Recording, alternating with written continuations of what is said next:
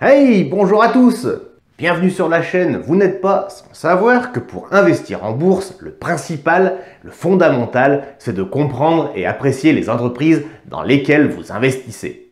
Alors, c'est parti pour un peu d'histoire, hein. Les entreprises qui me payent des dividendes à l'heure actuelle ne sont pas nées de la dernière pluie, loin de là même. Et je te propose dans ce format de plonger au cœur de ces boîtes qui nous font rêver et qui nous rapportent de l'argent chaque année. Aujourd'hui, on plonge dans l'univers du cinéma et des parcs d'attractions avec l'entreprise Disney? Et non, Comcast.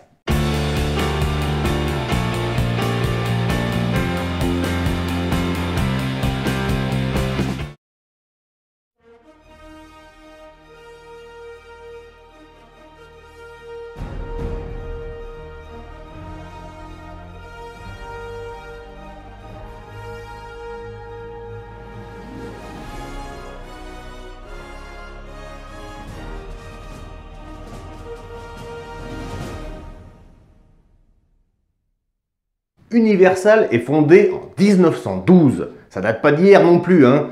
Independent Moving Pictures Company fusionne avec 5 autres sociétés cinématographiques pour créer Universal Film Company, englobant d'ailleurs toutes les facettes de l'industrie du cinéma, soit la production, la distribution et l'exploitation.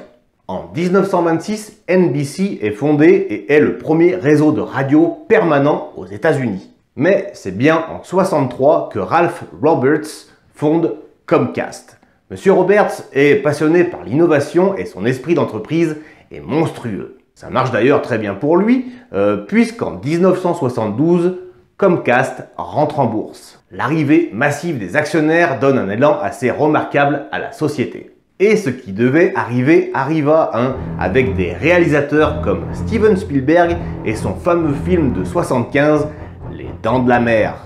Le partenariat emblématique de Spielberg avec Universal a commencé avec ce premier blockbuster au monde. Cette collaboration d'ailleurs se poursuit même de nos jours pour produire des films qui façonnent la culture et des expériences dans les parcs à thème. Oh putain!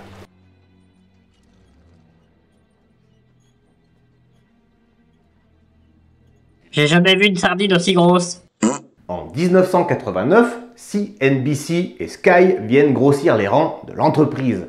La première donne dans la diffusion d'informations financières, quant à la seconde, elle lance le premier service de télévision par satellite au Royaume-Uni avec 4 chaînes gratuites d'ailleurs, dont Sky News, la première chaîne d'information 24 heures sur 24 en Europe.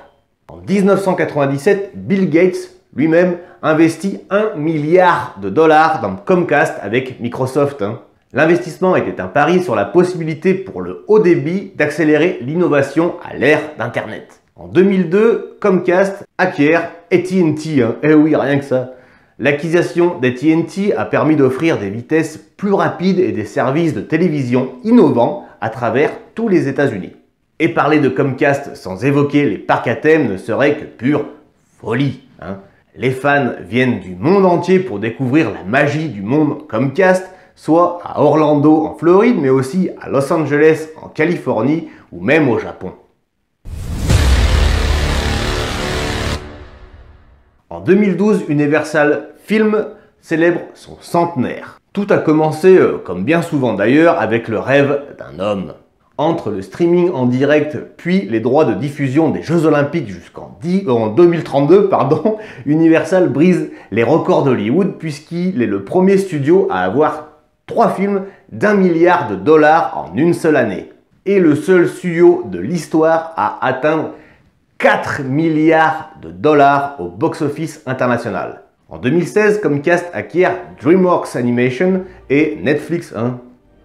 Dans le cadre d'un accord de 3,8 milliards de dollars, DreamWorks, l'une des marques de films d'animation familiale les plus appréciées du monde.